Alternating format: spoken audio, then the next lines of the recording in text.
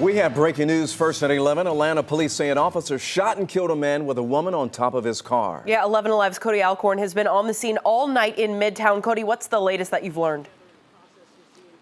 Well, you can see behind me, this is still a very active scene. West Peachtree Road is closed as GBI on scene right now going over all the evidence. I'm going to step out of the camera right now. You can see that white Mercedes there. What we know is just after 8 o'clock that a woman jumped on top of that Mercedes. The driver threw her off into West Peachtree.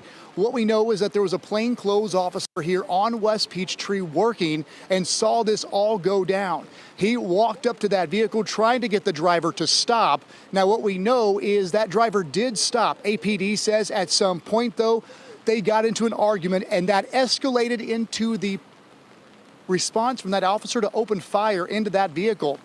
You can see the side of that Mercedes has some dents in it. What we don't know is exactly what happened between that officer and driver that escalated to the point the officer thought he needed to open fire. We do know that that man in his 30s was rushed to Grady Hospital where he died. As far as the woman who was thrown off the vehicle, she was also taken to Grady and listed in stable condition. We know she's in her 20s.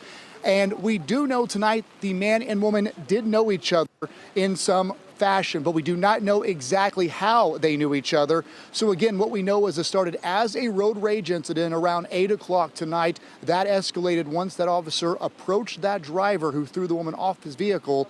And at some point, a shot, at least one, was fired into that vehicle. GBI here working the scene. We are expected to learn more at some point tomorrow.